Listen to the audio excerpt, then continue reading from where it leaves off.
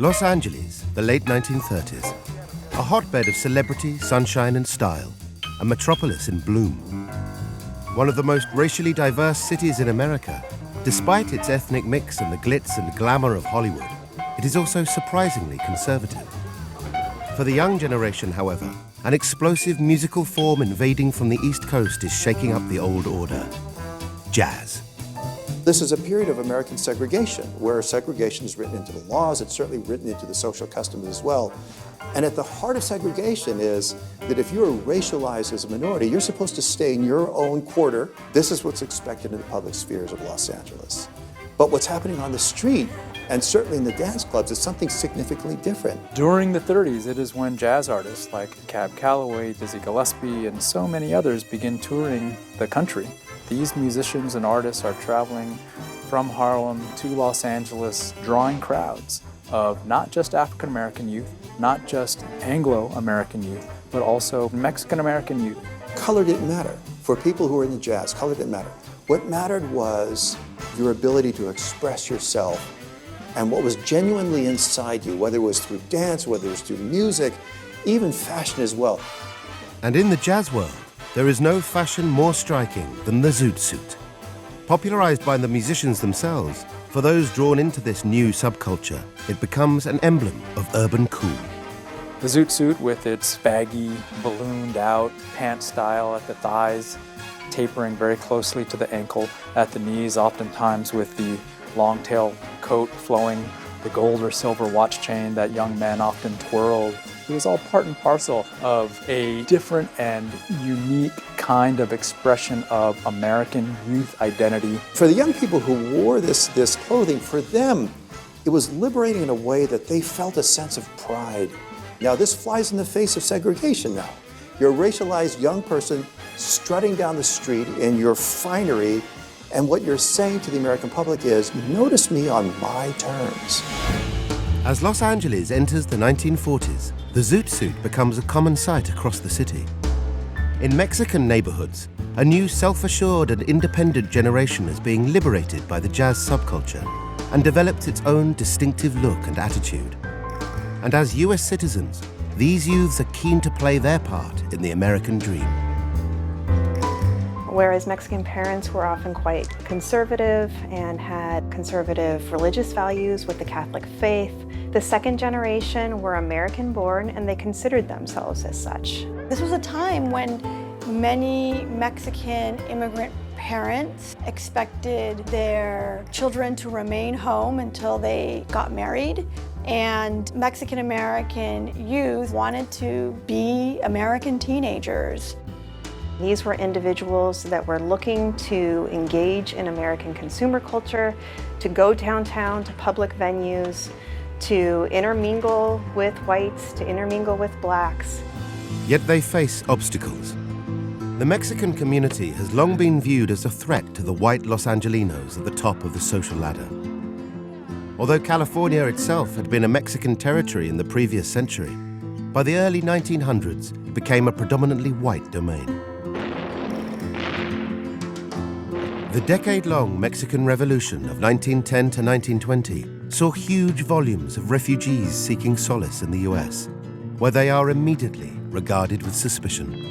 What we see is 1 million plus Mexican immigrants move northward across the border on the Trail North and settle in the United States, many of them in Los Angeles.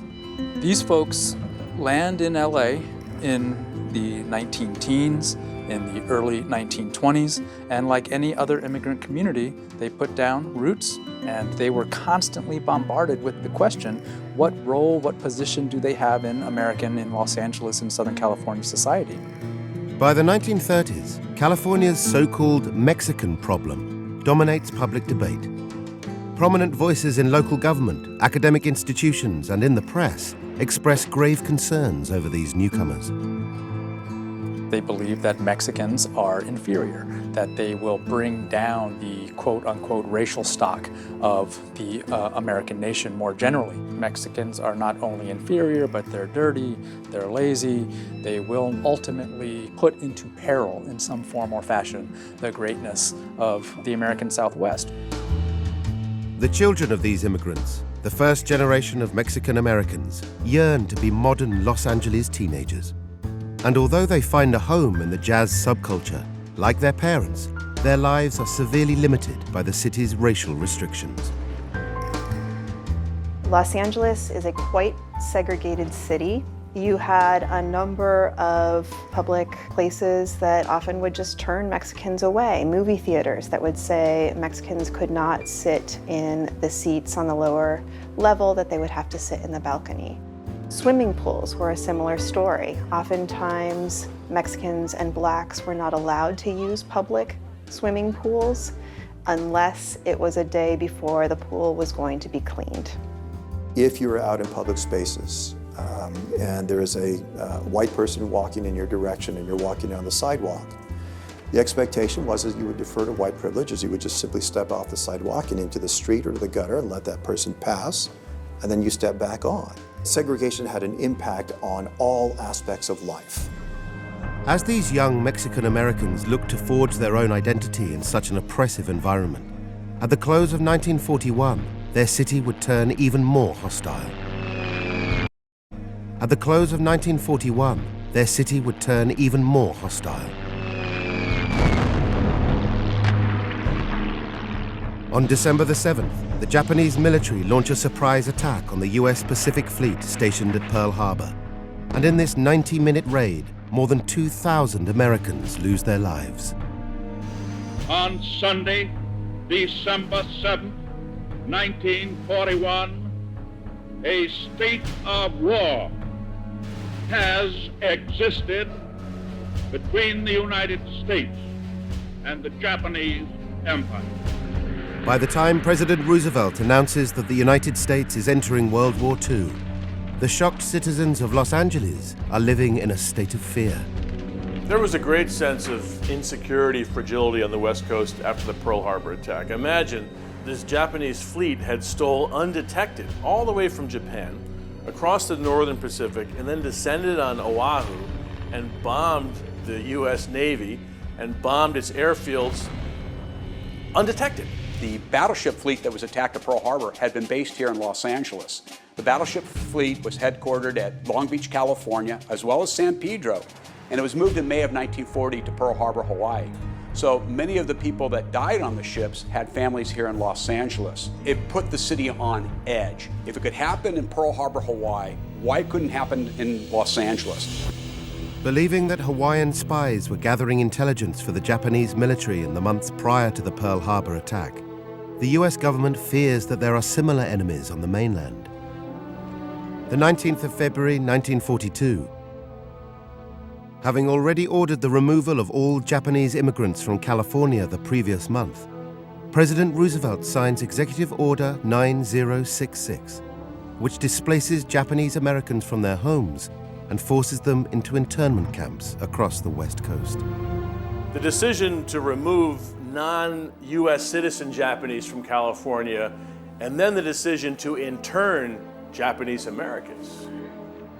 This was an absolutely enormous decision, fraught with all kinds of political and constitutional questions. And this is 120,000 members of that community who are removed because there are fears that this is an enemy alien population. They had to sell whatever they had, whatever their property was, they had to sell it. Or if they couldn't sell, they simply lost their property. It was more than just an inconvenience for the duration of the war.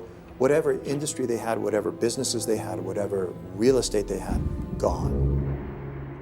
And although the decision is extreme, just days after the executive order is signed, a Japanese submarine launches an attack on the Californian coastline. In Los Angeles, the fear of a full-blown invasion intensifies.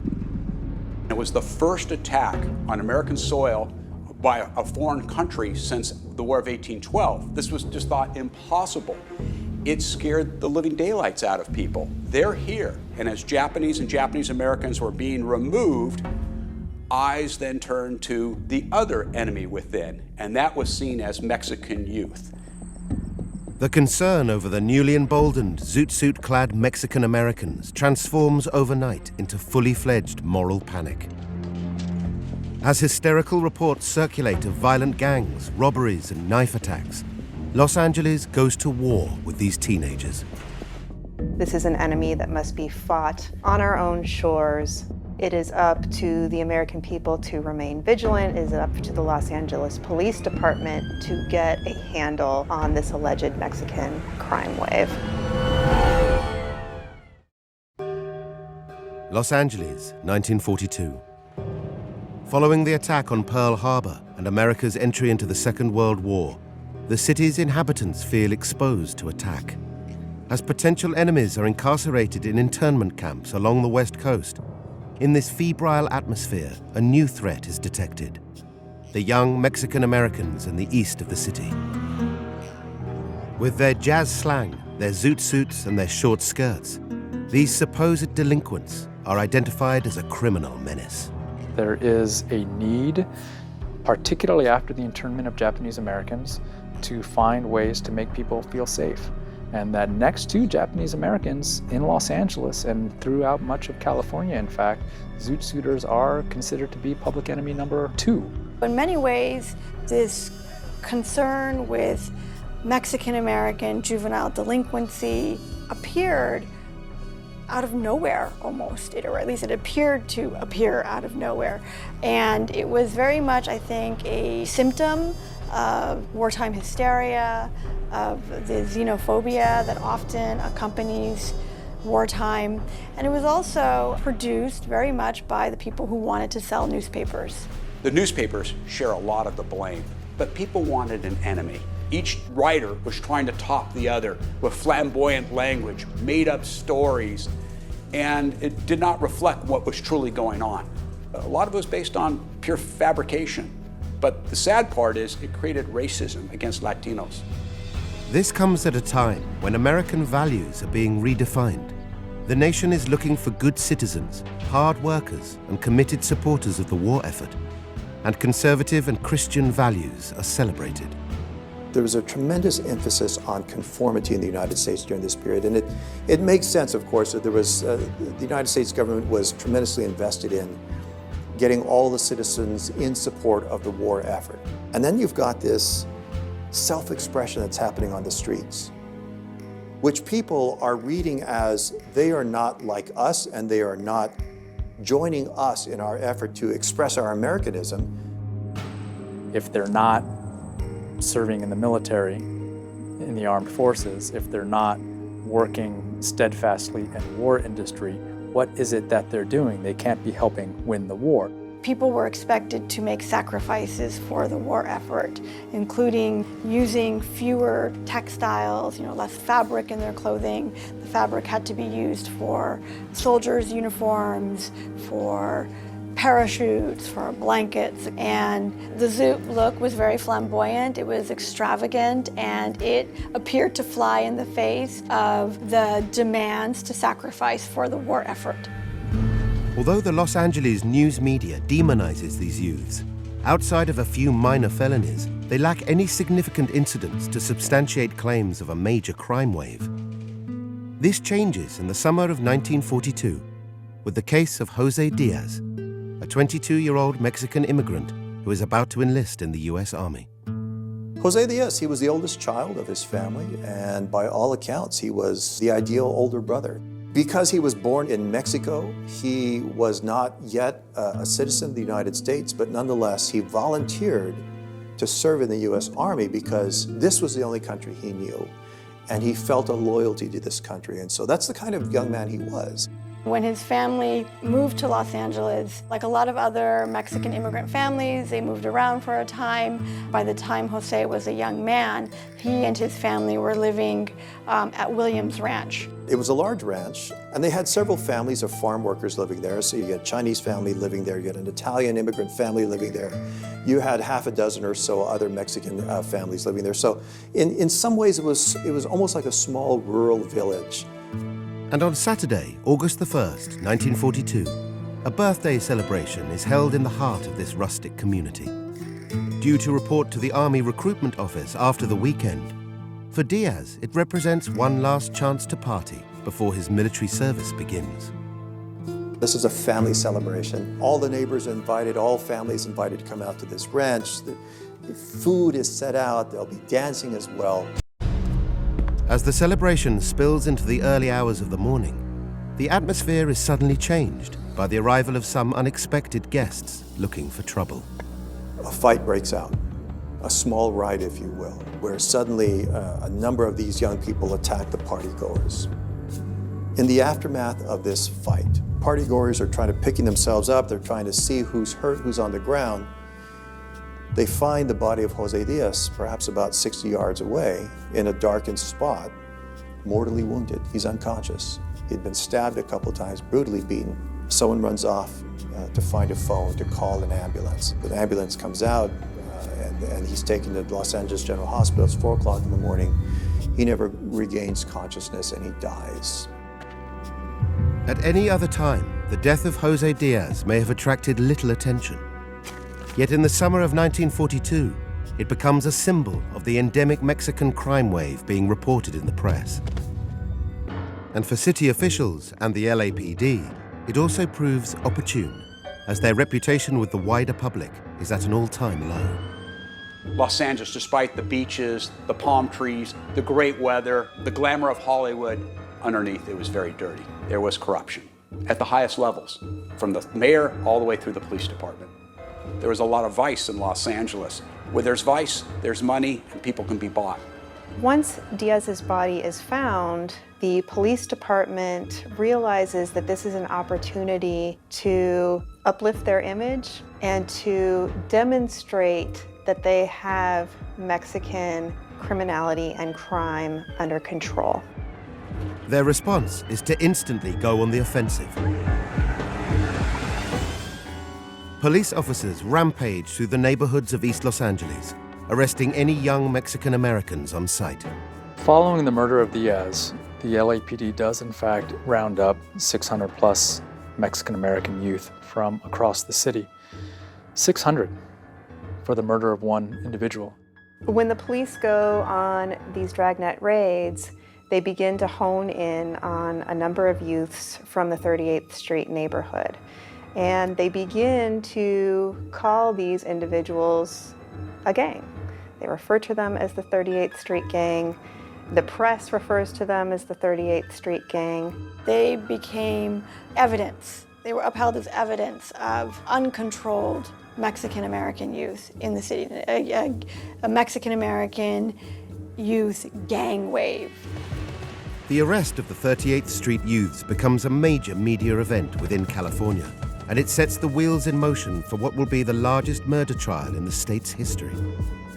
But rather than calm wartime hysteria, this notorious case is about to add fuel to a fire that will rage out of control. Los Angeles, World War II. In a city in the throes of wartime hysteria, the battle against the Axis powers is sharing the front pages with reports about another enemy, the local Mexican-American youths. It's the summer of 1942, and the murder of Jose Diaz is being used by the authorities to confirm fears of a Mexican crime wave. After dragging hundreds of suspects into custody, the LAPD soon turn their attention to a group of teenagers from East LA's 38th Street area. Witnesses recognize these youths as the gang who crashed the party near Sleepy Lagoon, where Diaz lost his life, and soon a ringleader is identified, Henry Hank Levas. Henry had a natural charisma about him. He was a natural leader. Because of his natural leadership abilities and because he was a little bit older, he was singled out. The prosecution needs to find a leader in order to sell the case to the jury that this is a gang. Here's the leader. He's the one that created this mess, that rallied all of the gang together to then go out and create some destruction. Looking for an open and shut case, the police are incensed when Henry Levas protests his innocence and resort to more brutal methods to extract a confession. He was beaten to a pulp. According to his sister Lupe, she reported that she could barely recognize her brother. The Los Angeles Police Department was notorious for being especially vicious toward Mexicans and Mexican Americans. This is a period where it was normal in American policing to beat a confession out of you. The suspicion was, particularly when it dealt with people of color, suspicion was they'll never tell you the truth. Despite the beatings, Leyvas refuses to confess. In October 1942, he and 17 other youths from 38th Street stand accused of the killing of Jose Diaz. The case is the largest murder trial in Californian history and becomes a major media event, which proves useful for the Los Angeles authorities. At that very same time, another LAPD police officer was on trial for beating a prisoner to death. And the fact that you had the Sleepy Lagoon murder trial happening at the same time, that took the police officer beating case off of the front page, and it was replaced by the Sleepy Lagoon case. What's interesting about the Sleepy Lagoon trial is that typically one Mexican kid killing another would not be seen as news. But in this case, the police and the press run with it, and they see it as a way of demonstrating that we are taking care of the Mexican problem in our city. Although the authorities intend to use the case for their own agenda, during the trial, Leyvas presents his own account of what happened on August 1st, 1942. His story opens at Sleepy Lagoon itself, where he and his girlfriend began the night. Henry had gone to Sleepy Lagoon with his girlfriend, Dora Barrios, and it was a popular spot for lovers at night. Mexican-American youth hung out at Sleepy Lagoon in part because they weren't always allowed to swim in the municipal pools within city limits. So Sleepy Lagoon, being on the outskirts of Los Angeles, beyond city limits, was a draw. It is almost midnight as Henry and Dora leave the lagoon and head back to their car. Sudden headlights on the road blind them, and without warning, they are viciously attacked. Members of the so-called Downey Gang arrived and attacked Henry and his girlfriend. That's when Henry went back to the 38th Street neighborhood, reported to his friends what had happened to him and Dora, and they went back to Sleepy Lagoon to retaliate. They were basically on the hunt. The 38th Street crew takes it upon themselves to confront the group that they felt had disrespected them earlier. It is a case of mistaken identity. The Downey boys were not at the party, and although Leyvas and his friends admit starting the fight, they also claim that Jose Diaz wasn't there when they arrived, and other partygoers confirm this story. The brutal murder is witnessed by no one, and Diaz's body is discovered not by his neighbors, but by girls from the 38th Street group. Betty Nunez-Zeiss and Dora Barrios discovered Diaz's nearly lifeless body on the ground. His pockets had been turned out. He'd been paid recently. He had probably been robbed. With no murder weapon nor any witnesses to the attack, the prosecution's case seems flimsy. Yet this is a show trial, and its outcome is all but inevitable. The whole of the Los Angeles legal system is quite biased towards members of the Mexican community at this time. The judge of the trial does not allow the defendants to sit with legal counsel. You have testimony introduced into court by an individual from the Sheriff's Department, Captain Aris, talking about the fact that Mexicans are by nature criminals. They are by nature violent because of their Aztec roots and ancestry. And this is seen as perfectly appropriate. January the 12th, 1943, the jury reaches their verdict. Henry Leyvas and two friends are found guilty of first-degree murder and are sentenced to life imprisonment, while 9 others are interred in San Quentin for second-degree murder. Leyvas's mother weeps as she watches her son's conviction, and one of the biggest trials in state history draws to a close. For the city of LA, the hope that these convictions would relieve local tensions never materializes. In fact, since America entered the war a year earlier, a huge influx of newcomers have been making the already fractious environment even more hostile. Thousands of soldiers and sailors arrived in Los Angeles at the same time that workers, prospective workers, were arriving in Los Angeles. Los Angeles was very much a boom town. With its good weather, cheap oil, and vast areas of undeveloped land, LA becomes a perfect hub for war production, while its naval ports serve as a crucial embarkation point for the war in the Pacific.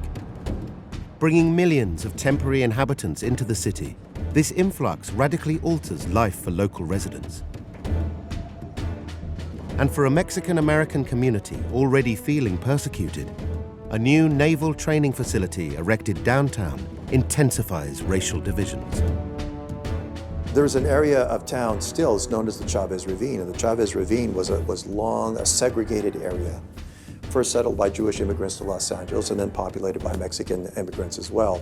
On this site, the city of Los Angeles built then a Naval Reserve Armory. So it's a building, and it was used as a training facility for radio men in particular. This growing number of naval draftees, reservists coming in for training are now coming into contact with Los Angeles's Latino population, which is the biggest in the United States. This Naval Reserve Armory was plunked right down in the middle of these segregated neighborhoods, and you have a segregated military as well. And it's a recipe for disaster as people just clash with each other. With a significant military presence now on the streets, the local media's attacks on Mexican-American Zoot suiters have a new audience. And although these young naval recruits came to LA prepared to join a fight, no one could have predicted it would be against this supposed enemy within. Los Angeles, World War II, a city of simmering racial tensions and urban paranoia. With zoot suit-clad Mexican-Americans identified by city officials and the press as a criminal menace, into this hostile environment come thousands of military recruits training for war in the Pacific. And with a naval base constructed in Chavez Ravine amongst segregated neighborhoods, young white servicemen are now coming into regular contact with the zoot suiters, and tensions increase. You have a lot of white servicemen on the streets in Mexican neighborhoods at a time when a lot of Mexican youths and Mexican-American youths think of their neighborhoods as their neighborhoods. Some of these military personnel were respectful of the local customs, of the local neighborhoods. Others weren't. And the ones that weren't, particularly the ones that would shout out sexual invitations to the young women that they would see, local men began to react. They're coming from all different parts of the country. They've lost their identity. They're thrown together. They're in a new environment, getting ready to fight a war. And what they find is this culture that has been here for over hundreds of years, and a different language. It's a different way of life. It's a slower pace. Enjoy life. Enjoy the weather. Hey, we're at war. You put all of this together in downtown Los Angeles, you just have this smashing together, and it's a culture clash. Although these clashes are initially verbal, by 1943 they become physical, and the naval recruits are regularly returning to Chavez Ravine with injuries from skirmishes. The sailors were taught by their instructors, hey, take a sock with you and you fill it with pennies, and that way you have something to hit somebody if somebody attacks you. Well, you're walking through with some of your friends and you go, I don't like how that guy's looking at me. Well, he might just go, what are you doing in my neighborhood? And there's a fight. It just creates this tension that didn't need to happen. And I think that was driving a lot of people. I'm getting ready to fight hand-to-hand in the islands in the Pacific. Let's get a practice run before we go overseas. Throughout May of 1943 in particular, where community gatherings, even a few press reports, acknowledged that the city is a tinderbox, and that if something is not done to alleviate the tensions between Mexican-American zoot suiters in particular and servicemen on the streets of the city, that something bad will happen, that the city will blow, that there may in fact be full-fledged riotous violence. Rumor and innuendo play a very big role in stoking these racial tensions. You have rumors of Mexican men molesting white women, and likewise you have a lot of rumors that white servicemen are being inappropriate with Mexican women or are beating up Mexican youths on city streets. And so there is quite a tense atmosphere that only builds. May the 8th, 1943. A tipping point is reached. rumors start circulating that a sailor has been stabbed by a Zoot suiter at Lick Pier near Santa Monica. Within hours of the supposed event, nearly 500 servicemen arrive to search for the culprits. As they rampage along the pier, they attack anyone they find in a Zoot suit. There were rumors that military were being attacked, and military personnel in Santa Monica began to hunt down the supposed perpetrators, who happened to be Mexican American. What I find interesting is the way that the law enforcement agencies responded. Rather than arresting the rioting military men, they arrested those who were being attacked. The justification was that they were being put in jail for their own safety, and the military were not arrested. At most, they might be rounded up and sent back to their base by the Los Angeles law enforcement. There were a group of sailors that decided they weren't going to stand for it anymore. They were going to fight back, finally. They leave the Naval Reserve Armory, and they come spoiling for a fight. They begin to move downtown in order to clean up the streets of Zoot suiters and their negative impact and influence on the city. They're carrying bats and chains and other weapons. They sweep through the neighborhoods that had been giving them problems. They look for the young people that have been harassing them for the past few years, and they focus in on young people who are wearing the fashion of jazz, the Zoot suit.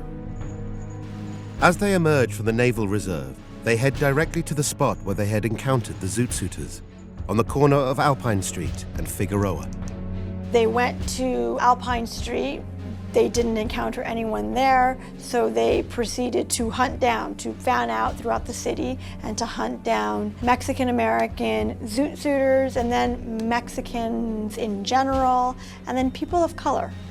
There are stories of cafes being swept as the military men go through and identifying someone who simply happens to be wearing a Zoot suit and attacking that individual, or going into theaters, turning on the lights, and going through the aisles and pulling out young people as young as 13 years of age and beating them and stripping them of their clothing and then leaving them naked in the streets simply for wearing a Zoot suit. As the sailors head to Main Street in downtown Los Angeles, this disrobing of Zoot suit-wearing teens becomes their primary objective. Violently forcing the youths to undress, the military personnel then begin setting fire to their Zoot suits and leave them burning on the street. The Zoot Suit riots, not unlike the Sleepy Lagoon trial, was a show, an assertion of white authority. They're different. Why can't they be like you and me? They need to be like us, and therefore we're going to force our identity onto their identity. It's as if they were saying, you're going to look like us, whether you like it or not. You're going to be like us, whether you like it or not. This was a spectacle. Just as the Zoot suit itself was a spectacle, the attacks on Zooters and people of color in general were also a part of this spectacle of this reassertion of white power. There are a lot of individuals at the time who believe that Mexican-American youths are shirking their military responsibility, that they are home dressing in controversial attire and going out and jitterbugging. Well, the fact of the matter is, a lot of the youths that end up being attacked by service personnel were 13, 14, 15-year-old boys who were not of military age, and in fact were subject to intense violence by adult men. And although this band of sailors are reined in by the LAPD on June the 3rd, the following night, the violence spreads. Soon, the police and the authorities will turn a blind eye as hundreds of servicemen descend on downtown Los Angeles, transforming the city into a brutal hunting ground. The Zoot Suit riots have begun. Los Angeles, June 3rd, 1943. After months of minor clashes between local Mexican-American teenagers and sailors training for war, a group of naval recruits head into the downtown district and escalate the conflict. You have these military men who are trained in military tactics. They're trained in hand-to-hand combat. And as they're sweeping through the neighborhoods of Los Angeles looking for perpetrators, looking for hoodlums, for delinquents, they're happy to find anyone who fits the bill. You have young Mexican-American youths being pulled from movie theaters and brought out into the streets and stripped of their zoot suit clothing, and at times having their clothes literally burned in city streets. After hours of hunting down any Latino wearing a zoot suit, these servicemen are eventually apprehended by police and returned to their base. The following night, however, hundreds of sailors armed with makeshift weapons return, prowling along Main Street, while others head straight for the Mexican-American community in Boyle Heights. With such large numbers involved, this time the police choose not to intervene. Police waited until zoot suiters were beaten. They only step in after the mob eases up, after zoot suiters are kicked and punched and hammered and stripped, and their clothes are often burned in flames on the streets of the city. Then they step in. Young Mexican-American men who have been subject to a beating and violence are then taken in by the LAPD and arrested themselves for disturbing the peace. There were rumors that the police actually aided and abetted the rioting servicemen, that they helped lead them to zoot suiters. As the rioting continues into a third and then a fourth night, the absence of any intervention from either city authorities or the military is conspicuous. With over 150 Latinos injured and 500 arrested, the riots begin to look like an official crackdown on racial minorities. What the Zoot Suit riots were ultimately were another example of state-sanctioned violence. By virtue of letting it happen, we see a kind of tacit approval. I think there was a belief, certainly among the sailors, but also the upper command and city authorities, including the mayor's office and the LAPD, that this was necessary, that the violent response against zoot suiters was part and parcel of keeping them in their place. I do think there's absolutely a consensus at this time that what military personnel engaged in was perfectly appropriate behavior. That these were individuals that were problematic in their public appearance, were problematic in particular in the fact that they were challenging segregation and that they needed to be reminded that that was not acceptable in American society. That a society would allow this to happen, that law enforcement who were sworn to protect the public would sit back and allow racialized violence to take place. I lose the language to explain how this could have happened, or even to describe the atrocity of this kind of violence. As news of these riots spread outside of the city, however, these reports of state-sanctioned violence feed directly into enemy hands. The repercussions were so bad. I mean, it was such an embarrassment across the world that we were fighting in the streets of Los Angeles. The enemy, the Germans and the Japanese, just picked up on it and say, this is how bad things are in America. They're fighting each other in the streets of America. It was an embarrassment. June the 8th, 1943, 5 days after the riots began, senior military officials finally and decisively intervene. Los Angeles is declared out of bounds to all military personnel. The only reason the military stepped in was that people in Washington are basically saying, you can't even run your own city. What the hell is going on there? This is being used by the Nazis. This is used by the Japanese. You can't run your own command. Clean it up now. What they did is they simply canceled leave and confined men to their bases. And when that happened, the rioting stopped. And that's how the riot ended. The military authorities finally took seriously the fact that something was seriously amiss and did something about it. By the middle of June, race riots erupt in other cities across the US, including New York and Detroit, with both Mexican-American and African-American zoot suiters targeted. Back in Los Angeles, as the dust settles, people begin to ask what exactly had just happened. The local military and civil authorities are condemned nationwide, yet few in the city itself are ready to accept culpability. And when First Lady Eleanor Roosevelt suggests that these events were racially motivated, she is attacked by the Los Angeles press as a communist. You actually do have a governor's committee that is put together directly after the riots, and they come to the conclusion that race was central. The mayor of Los Angeles, however, puts together his own committee which says absolutely race is not a factor. Officials of Los Angeles were loath to call it a race riot. We don't have a racial problem in Los Angeles. This was not a race riot. This was juvenile delinquents who were acting out. And they were also loath to identify military men as the perpetrators of violence as well. And so there were all sorts of efforts to tap dance around the fact that this was a very racialized moment. As the city struggles to come to terms with these events, others are looking to reform its corrupt heart. Established in 1942, the Sleepy Lagoon Defense Committee has been tirelessly working to overturn the convictions of the 38th Street youths. Led by civil rights activists and aided by the star power of prominent supporters such as Orson Welles and Rita Hayworth, in 1944 they successfully bring the case before the Court of Appeal. Here the original trial is criticized for its bias, and the court unanimously reverses all of the convictions. In October, Henry Levas and his friends are freed from San Quentin and reunited with their families.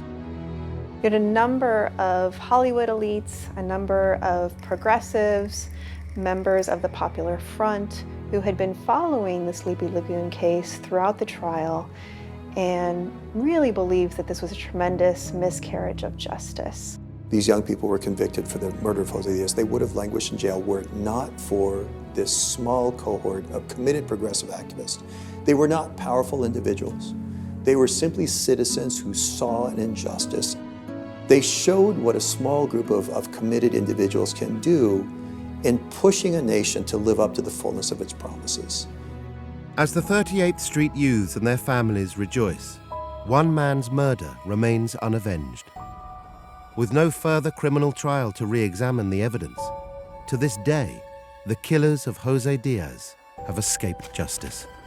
The murder of Jose Diaz is in some ways eclipsed by the struggle of the young men who were accused of conspiring to murder him, and then their eventual success.